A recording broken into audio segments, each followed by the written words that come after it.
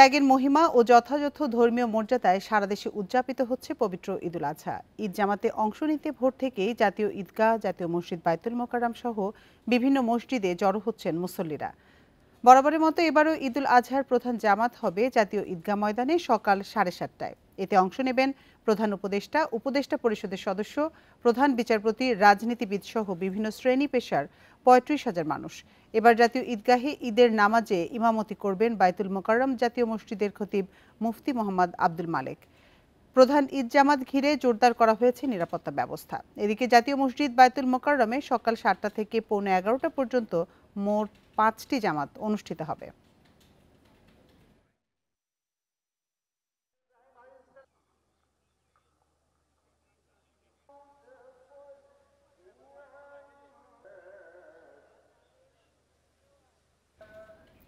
ঈদ জামাতের আরো খবর জানাতে এবার জাতীয় মসজিদ বায়তুল মোকাররম এবং জাতীয় ঈদগাহ থেকে যোগ দিচ্ছেন আমাদের সহকর্মীরা। শুরুতেই যাব বায়তুল মোকাররমে, সেখানে আছেন আমাদের সহকর্মী আনোয়ার সাদাত নূর। আনোয়ার সাদাত, বায়তুল মোকাররমে নিশ্চয়ই মুসল্লিরা এর মধ্যে সমবেত হওয়া শুরু করেছেন, আমরা দেখতে পাচ্ছি যেমনটি। প্রধান উপদেষ্টা কখন আসবেন আমাদের জানাবেন সেখানকার সবশেষ পরিস্থিতি।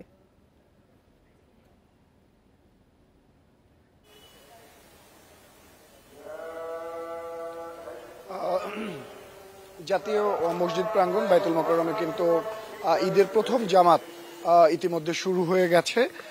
প্রথম জামাতটি পড়াচ্ছেন কওমি মাদ্রাসার অধ্যক্ষ খলিলুর রহমান মাদানী।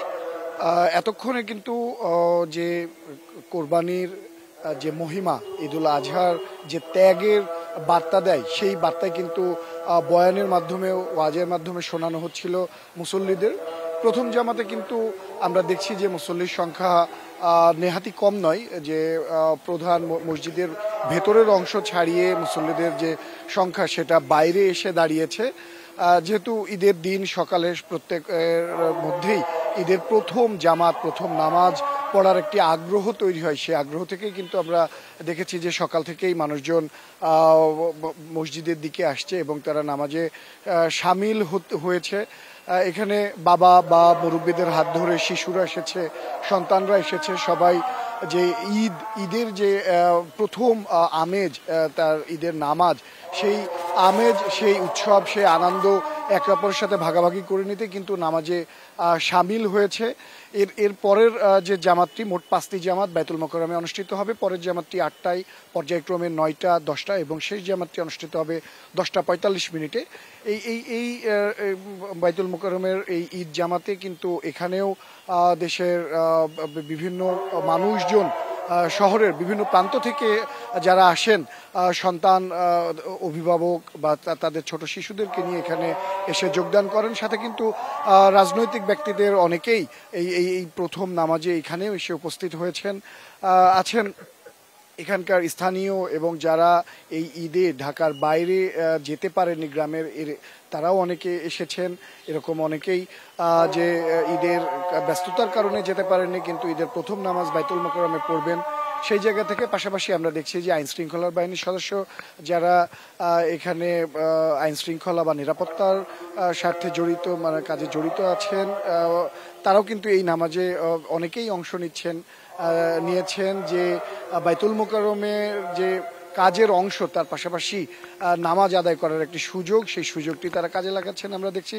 পাশাপাশি কিন্তু গণমাধ্যম কর্মীরাও যে কাজের পাশাপাশি তারাও এই যে ত্যাগের মহিমায় যে মহিমান্বিত হওয়ার ওয়াজ দিচ্ছিলেন, সেই ওয়াজ, সেই বয়ান কিন্তু শুনছিলেন এখানকার যারা উপস্থিত মুসল্লি। তারা এই প্রথম মানে যে জামাত অনুষ্ঠিত হচ্ছে, এই জামাতের ঠিক 1 ঘন্টা পরে, মানে 8টায় দ্বিতীয় জামাত অনুষ্ঠিত হবে। যারা মুসল্লিরা প্রথম জামাতে অংশ নিচ্ছেন, এর পরে দ্বিতীয় জামাতে অংশ নিতে মুসল্লিদের ঢল নামবে এবং সবাই কিন্তু যে ঈদুল আজহার যে ত্যাগ, সেই ত্যাগের যে মহিমা, সেটি যেন সবাই আত্মস্থ করতে পারেন, এরকম প্রত্যাশা, এরকম প্রার্থনা সবার। আনোয়ার সাদাত, আপনি সাথেই থাকুন। এবার আমরা যেতে চাই জাতীয় ঈদগাহের সামনে। সেখানে আছেন আমাদের সহকর্মী শাহরিয়ার অনির্বাণ। অনির্বাণ, সকাল ৭টায় তো জাতীয় ঈদগাহে ঈদের প্রধান জামাত অনুষ্ঠিত হওয়ার কথা এবং নিশ্চয়ই এরই মধ্যে সেটি শুরু হয়ে গেছে এবং প্রধান উপদেষ্টা সেখানে নামাজে অংশগ্রহণ করবেন। সেখানকার সার্বিক নিরাপত্তা ব্যবস্থা কেমন দেখছেন আমাদের জানাবেন। দেখুন, প্রথমে একটু সংশোধনী দেই, ৭টায় নয়, জাতীয় ঈদগাহ থেকে সকাল ৭:৩০টায় প্রথম জামাত অনুষ্ঠিত হবে। এখানে প্রথম বলতে একটি জামাতই এখানে নির্ধারিত করা হয়েছে।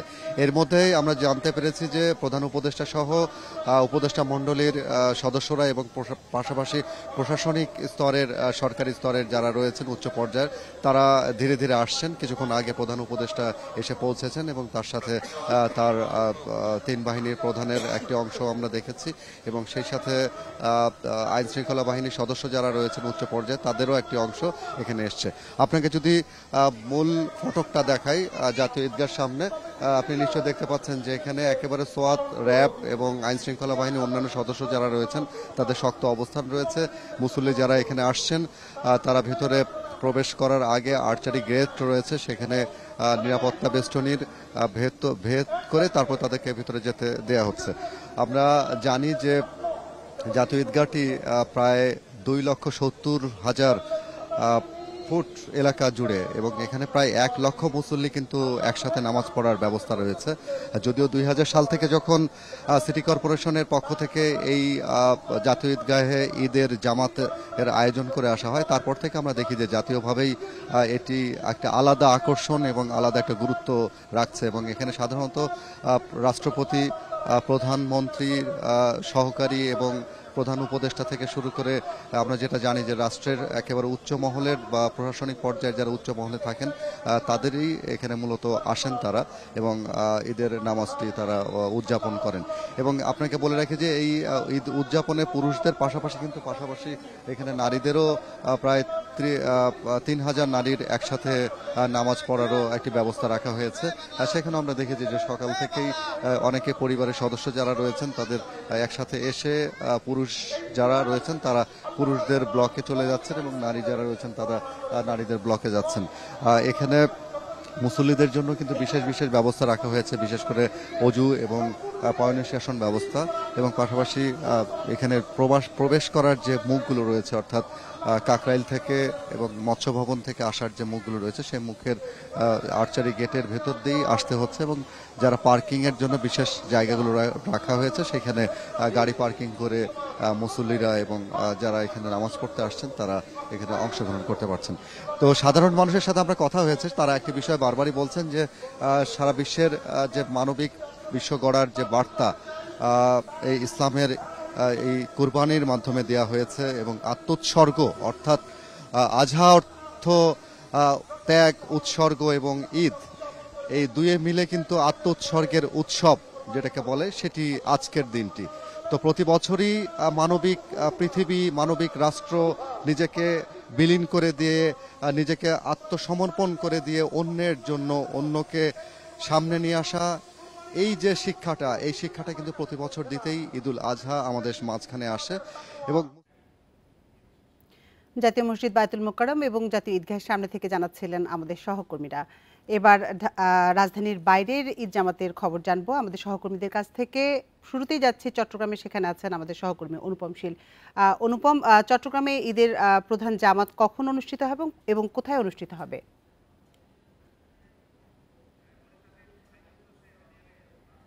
আমরা এখন আছি চট্টগ্রামের জমিয়তুল ফালাহ জাতীয় যে ঈদগাহ প্রাঙ্গণ সেখানে, এবং এখানে সকাল 7:30টায় প্রথম ঈদের জামাত অনুষ্ঠিত হবে। ইতিমধ্যে আমরা দেখছি যে এই ঈদের নামাজকে কেন্দ্র করে চট্টগ্রাম শহরের বিভিন্ন প্রান্ত থেকে মুসল্লিরা ঈদগাহে এসে হাজির হতে শুরু করেছেন এবং এখানে প্রতি বছরই বেশ আড়ম্বরপূর্ণভাবে চট্টগ্রাম সিটি কর্পোরেশন এই কেন্দ্রীয় এই ঈদের জামাতের আয়োজন করে থাকে। এর বাইরে চট্টগ্রাম সিটি কর্পোরেশনের এলাকায় চট্টগ্রাম সিটি কর্পোরেশনের ব্যবস্থাপনায় প্রত্যেকটি ওয়ার্ডে একটি করে ঈদের জামাত আয়োজন করা হয়েছে। এছাড়াও এরকম খোলা জায়গায় আরো বড় পরিসরে আরো অন্তত 9টি জায়গায় ঈদের জামাত অনুষ্ঠিত হবে। এখানে সকাল 7:30টায় প্রথম জামাত, এর পরে সকাল 8:30টায় দ্বিতীয় জামাত অনুষ্ঠিত হবে। এর বাইরে চট্টগ্রাম জেলা ঈদ জামাত কমিটির উদ্যোগে সারা জেলায় অর্থাৎ পুরো জেলার যে 14টি উপজেলা সবগুলো উপজেলায় মোট 2.5 শতাধিক স্থানে ঈদ জামাতের আয়োজন করা হয়েছে। যেহেতু কোরবানির ঈদে যে কোরবানিকে ঘিরে বেশ কিছু কার্যক্রম হাত আছে, তাই প্রায় প্রত্যেকটি ঈদের জামাতে কিন্তু আমরা দেখছি যে 7টা থেকে 7:30টার মধ্যে শুরু করা হবে, অর্থাৎ দ্রুত যাতে এই নামাজ শেষ করে যার যার ঘরে মানুষজন যেতে পারে সেই সুযোগটি রাখার চেষ্টা করা হয়েছে। আর ঈদগাহে এই ঈদের নামাজকে কেন্দ্র করে আমরা দেখছি যে চট্টগ্রাম মেট্রোপলিটন পুলিশ বা আইনশৃঙ্খলা রক্ষাকারী বাহিনীর অন্যান্য উইংগুলো বেশ কড়া নিরাপত্তা ব্যবস্থা নিয়েছে। এখানে এই ঈদ জামাতে ঢোকার সময় আমরা দেখেছি যে তল্লাশির মধ্য দিয়ে প্রত্যেক মুসল্লিকে যেতে হচ্ছে এবং আর্চওয়ের ভেতর দিয়ে যেতে হচ্ছে। সিসিটিভি ক্যামেরা দিয়ে পুরো পরিস্থিতি পর্যবেক্ষণ করা হচ্ছে।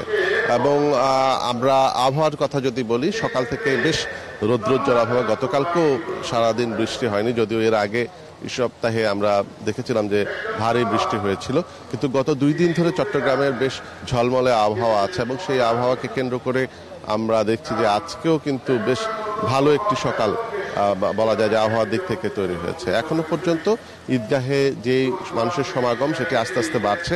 আমরা যেটি ধারণা করছি যে প্রথম জামাতের আরো প্রায় অন্তত 20 মিনিটের মতো বাকি আছে।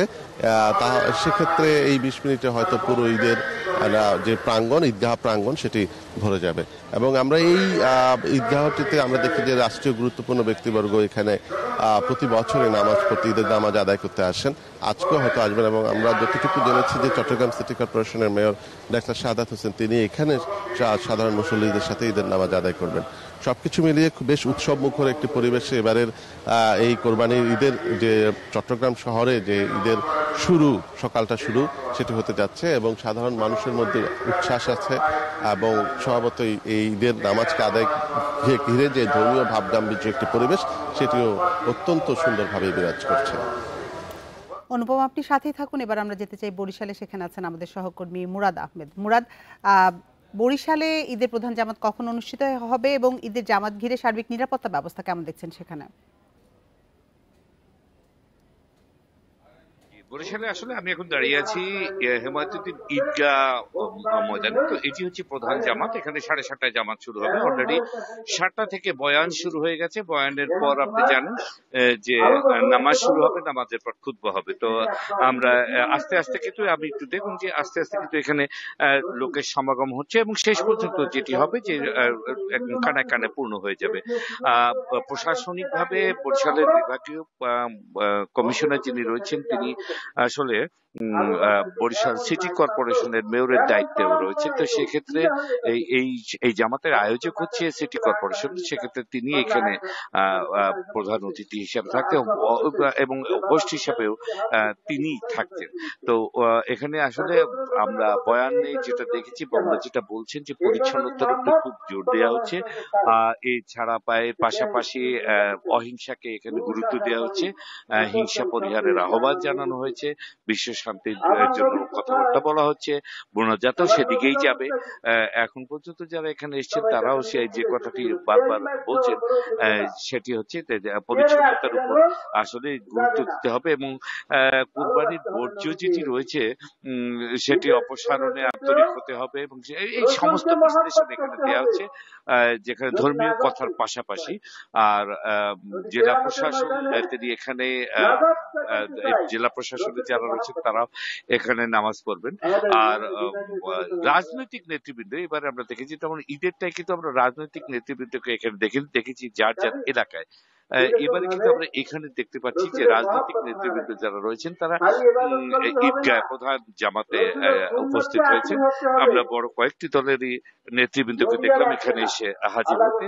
আর যেটি পাশাপাশি বলা হচ্ছে যে বরিশালে কিন্তু এই ধরনের ঠিক নয়, ওয়ার্ড পর্যায়ে এবং গ্রাম পর্যায়ে এখন পর্যন্ত পাওয়া তথ্য অনুযায়ী আপনার 500টি ঈদ জামাত অনুষ্ঠিত হবে এবং সেখানে এবারে যে জিনিসটা দেখা যাচ্ছে যে 7:30টার ধুম পড়েছে। 7:30টায় অধিকাংশ জায়গায় নামাজ হবে। আর একাধিক নামাজ খুবই সীমিত, হালকা কয়েকটি মসজিদ আমরা ধরতে পারি, সর্বোচ্চ এবারে 10টি মসজিদে একাধিক নামাজ, এবং সেটি অবশ্যই 10টার মধ্যে শেষ হয়ে যাবে বলে বলা হচ্ছে। আর এই এখানকার যে পরিস্থিতি রয়েছে তাতে সবারই একটা উদ্বেগের কথা রয়েছে যে নামাজ কত তাড়াতাড়ি শেষ হয়, তারপর কুরবানি দিতে হবে। আকাশের অবস্থাও ভালো না, তো আকাশকে ম্যানেজ করেই তাদেরকে আজকে সারাদিনের কার্যক্রম চালাতে হবে। বরিশালে কিন্তু পরিচ্ছন্নতা অভিযানের কথাও ইতিমধ্যে জামাতে ঘোষণা করা হয়েছে যে 2টা থেকে শুরু হবে। তারা যেটি বলছে যে আজকে সন্ধ্যার মধ্যে বরিশালের পরিচ্ছন্নতার কার্যক্রম শেষ করতে হবে, সে অনুযায়ী সবাইকে প্রস্তুত থাকার জন্য আহ্বান জানিয়েছে। ঈদ জামাতের আজকের এই থেকে বয়ান থেকে সবাইকে আহ্বান জানা হচ্ছে শান্তির এবং শান্তি। এই হচ্ছে বরিশালের সর্বশেষ। চট্টগ্রাম এবং বরিশাল থেকে ঈদ জামাতের সবশেষ তথ্য জানাচ্ছিলেন আমাদের সহকর্মীরা। ঢাকা উত্তরে 10 ঘন্টা আর দক্ষিণ সিটিতে 12 ঘন্টার মধ্যে প্রথম দিনের কোরবানির বর্জ্য অপসারণ করতে চায়। প্রথম দিনে 25,000 টন বর্জ্য অপসারণের লক্ষ্য 2 সেটের। পরিচ্ছন্নতার এই কর্মযজ্ঞে অংশ নেবেন 20,000 কর্মী। দুপুর 2টা থেকে শুরু হবে কার্যক্রম। সুষ্ঠু ব্যবস্থাপনার জন্য সব কর্মকর্তা কর্মচারীর ছুটি বাতিল করেছে কর্তৃপক্ষ। ঢাকার 2 সিটি কর্পোরেশন এলাকায় এবছর পশু কোরবানি হতে পারে 7 লাখের বেশি। এর বর্জ্য হতে পারে 50,000 টন। সব বর্জ্য দ্রুত অপসারণ করে নগর পরিচ্ছন্ন রাখা বড় চ্যালেঞ্জ 2 সিটি কর্পোরেশনের। নির্ধারিত সময়ে কার্যক্রম শেষ করতে বর্জ্য ব্যবস্থাপনা বিভাগ সহ কয়েকটি বিভাগের ছুটি বাতিল করা হয়েছে। এরই মধ্যে ঢাকা উত্তর 12.5 লাখ প্লাস্টিক এবং ঢাকা দক্ষিণ 1,40,000 বায়োডিগ্রেডেবল ব্যাগ দিয়েছে নগরবাসীকে। ঢাকা দক্ষিণ সিটিতে এবার 20,000 টনের বেশি বর্জ্য হতে পারে, যা সরাতে কাজ করবেন অন্তত 10,000 কর্মী। এজন্য 224টি ডাম্প ট্রাক, 381টি পিকআপ, 24টি পে লোডার সহ ভারী যানবাহন সার্বক্ষণিক নিয়োজিত থাকবে। টোটাল 10,000 প্লাস জনবল, 2,000 প্লাস গাড়ি, এবং আপনি জানেন যে হাটের জন্য আলাদাভাবে আমরা জনবল নিয়োগ করেছি, যেন আমাদের কাজগুলি যেন স্মুথ এবং ইফেক্টিভলি হয়। সো আমি আশা করছি সব কিছু ঠিক থাকলে ইনশাল্লাহ কালকে আমাদের যে এক্সপেক্টেড টার্গেট 12 ঘন্টার ভিতরে প্রতিদিনের বর্জ্য প্রতিদিন আমরা সরিয়ে ফেলতে পারবো, সেই আশা নিয়ে ইনশাল্লাহ আমরা কাজটা শুরু করব। বর্জ্য ব্যবস্থাপনায় 10,000-এর বেশি কর্মী রেখেছে ঢাকা উত্তর সিটি কর্পোরেশন। 2,500 বস্তা ব্লিচিং পাউডার এবং 4,000 ক্যান জীবাণুনাশক বিতরণ করেছে সংস্থাটি। 10 ঘন্টার মধ্যে প্রথম দিনের বর্জ্য অপসারণ করতে চায় ডিএনসিসি। বৃষ্টি হলে ওই অনেকটা দেখা যাচ্ছে যে ময়লার যে রক্ত থাকে এটা অনেক সময় ধুয়ে যায়, বাট সেই ম্যানেজমেন্টটা আমাদেরকে করতে হয়। তবে যদি বৃষ্টি আসে সেক্ষেত্রে ন্যাচারালি ল্যান্ডফিল এরিয়াতে গাড়িগুলো স্বাভাবিকের চেয়ে ধীর গতিতে চলবে। অ্যাডিশনাল কশন নিতে হবে, কারণ ওই আপ স্লোপে আপ হিলে চলার সময় গাড়িগুলো তার স্বাভাবিক গতিতে চলবে না। সেক্ষেত্রে বৃষ্টি যদি হয় তাহলে সময় তার চেয়ে একটু অতিরিক্ত লাগতে পারে। বর্জ্য সংগ্রহ শেষে প্রথমে তা স্থানান্তর করা হবে এসটিএসে, পরে ডাম্পিংয়ের জন্য নেওয়া হবে আমিনবাজার এবং মাতোয়াইল ল্যান্ডফিল্ডে। Adilur Rahman, Independent News, Dhaka. জাতীয় ঈদগাহে ঈদুল আজহার প্রধান জামাত শুরু হয়েছে। আমরা সরাসরি চলে যাচ্ছি সেখানে। মাননীয় প্রধান উপদেষ্টা প্রফেসর ডক্টর মোহাম্মদ ইউনূস আমাদের মাঝে উপস্থিত হয়েছেন। আমরা ঈদগাহের তাকে আন্তরিক কৃতজ্ঞতা ও স্বাগত জানাচ্ছি। এ পর্যায়ে নামাজ শুরু হচ্ছে এক্ষুনি। নামাজের জন্য আমরা সবাই তৈরি হই।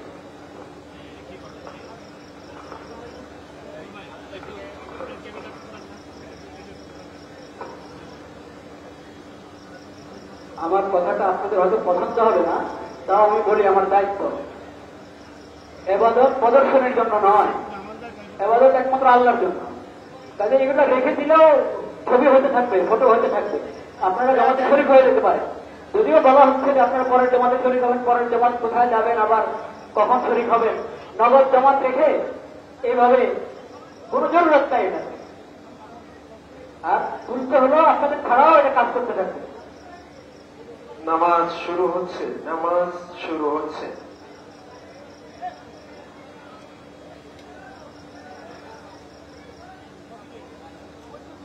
আশা করি সব কাতার সোজা হয়ে গেছে। সামনের জায়গাগুলো, খালি জায়গাগুলো আমরা পূরণ করে নিশ্চয় দাঁড়িয়েছি, আশা করি ইনশাআল্লাহ।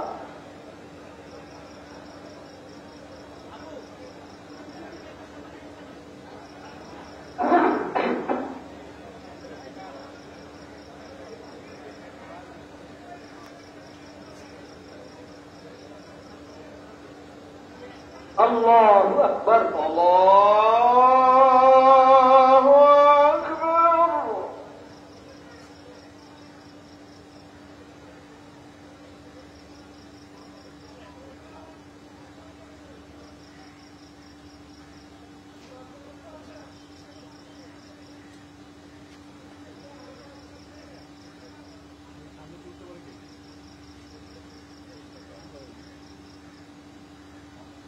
الله أكبر الله أكبر الله أكبر الله أكبر الله أكبر الله أكبر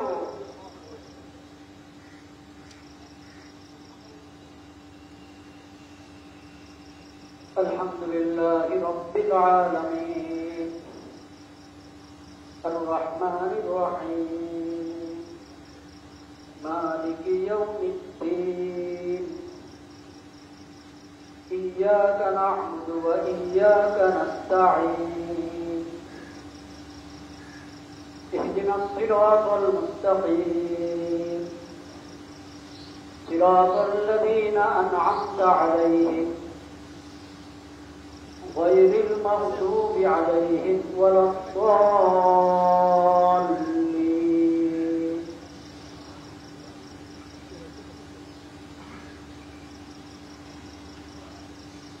وقال إني ذاهب إلى ربي سيهدين رب هب لي من الصالحين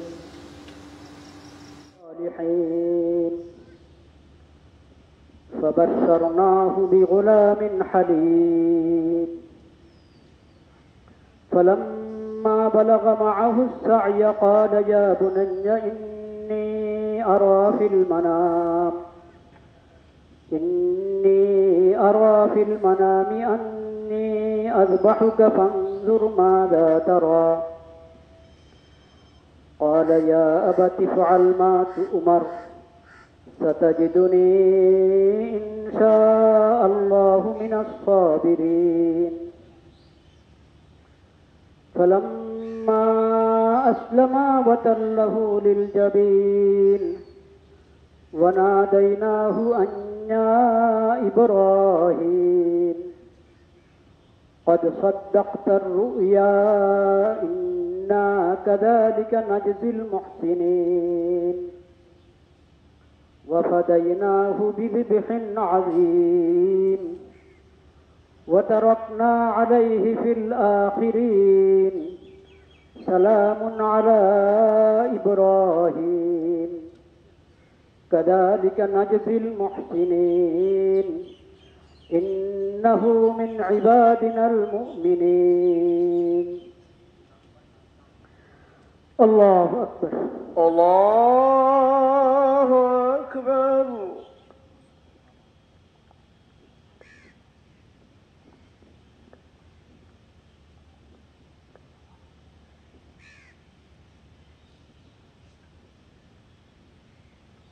سمع الله لمن حمده ربنا ولك الحمد الله أكبر الله أكبر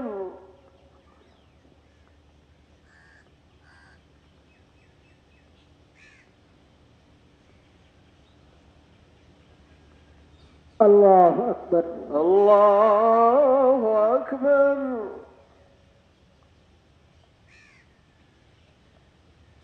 الله أكبر الله أكبر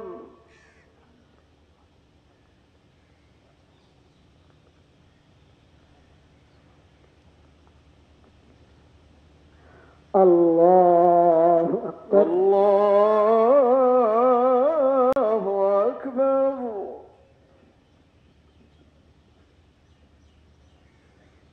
الحمد لله رب العالمين الرحمن الرحيم مالك يوم الدين إياك نعبد وإياك نستعين اهدنا الصراط المستقيم صراط الذين أنعمت عليهم غير المغضوب عليهم ولا الضالين.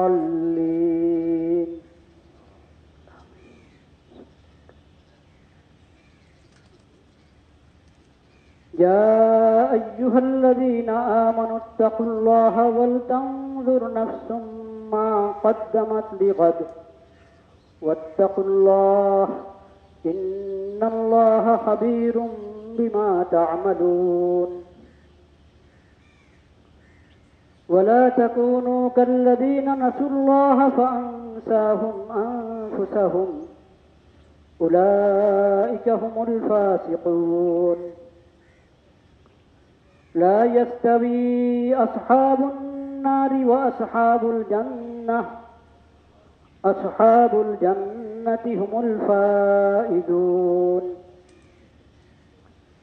لو أنزلنا هذا القرآن على جبل لرأيته خاشعا متصدعا من خشية الله. وتلك الأمثال نضربها للناس لعلهم يتفكرون. الله أكبر الله أكبر الله أكبر الله أكبر الله أكبر الله أكبر الله أكبر الله أكبر.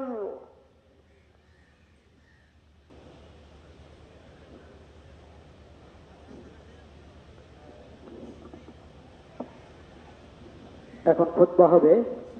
খুতবার আগে একটু দৃষ্টি আকর্ষণ করছি। আমি নামাজের নিয়ম বলার সময় হয়তো বলেছিলাম যে সানার পরে ইমাম সাহেব আউযুবিল্লাহ বিসমিল্লাহ পড়বেন, তারপরে অতিরিক্ত তাকবীরগুলো বলবেন। বিষয়টা এমন না, সানার পরে ঠিক আছে, কিন্তু তাকবীরের পরে যখন ফাতিহা পড়া শুরু করবেন তখন ইমাম সাহেব ফাতিহার আগে আউযুবিল্লাহ বিসমিল্লাহ পড়বেন। আমরা ওইভাবে আমল করেছি, বলতে হয়তো একটু ভুল হয়েছিল।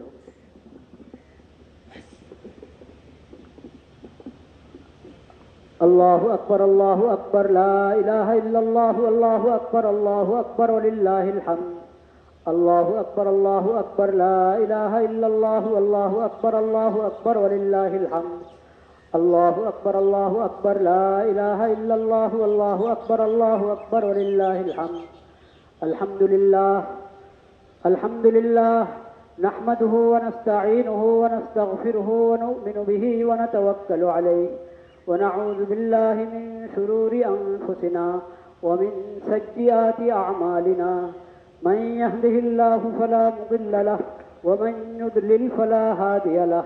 وأشهد أن لا إله إلا الله وحده لا شريك له وأشهد أن محمدا عبده ورسوله.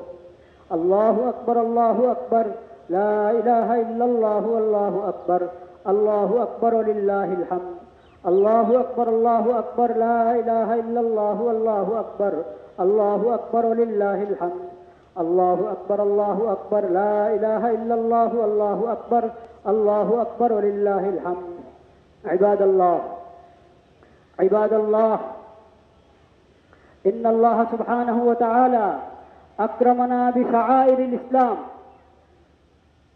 وإنه قد اجتمعت شعائر كثيرة في يومكم هذا، في شهركم هذا، وفي يومكم هذا. فإن هذا شهر ذي الحجة من الأشهر الحرم، وهي شعيرة كبيرة.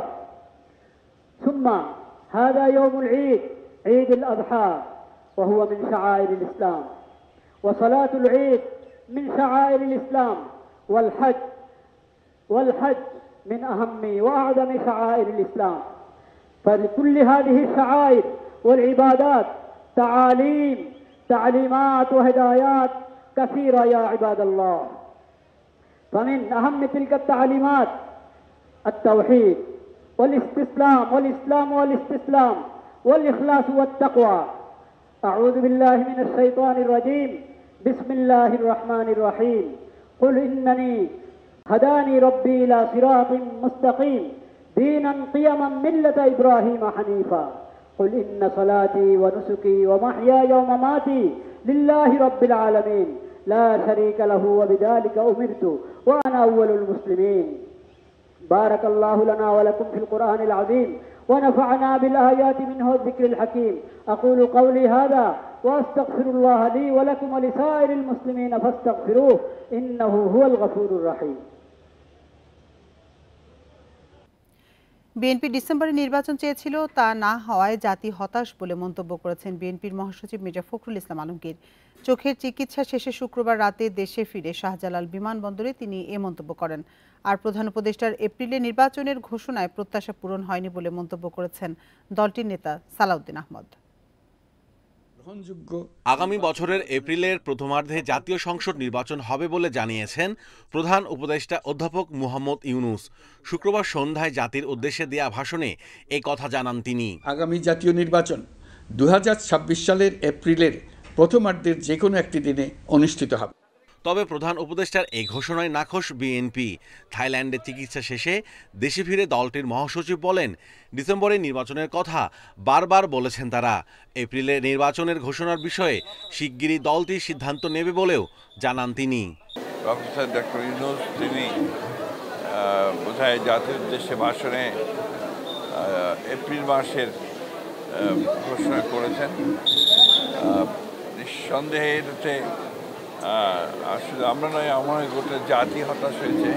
প্রধান উপদেষ্টার ভাষণের প্রতিক্রিয়ায় বিএনপির স্থায়ী কমিটির সদস্য সালাউদ্দিন আহমেদ বলেন, 50 বেশি দল ডিসেম্বরের মধ্যেই নির্বাচনের দাবি জানিয়েছে, কিন্তু প্রধান উপদেষ্টা তা আমলে নেননি। এই বিষয়ে আমাদের প্রতিক্রিয়া হচ্ছে যে জাতির প্রত্যাশা পূরণ হয়নি। অধিকাংশ দল, 50-এরও অধিক দল ডিসেম্বরের মধ্যেই নির্বাচনের দাবি জানিয়ে আসছিলেন দীর্ঘদিন থেকে।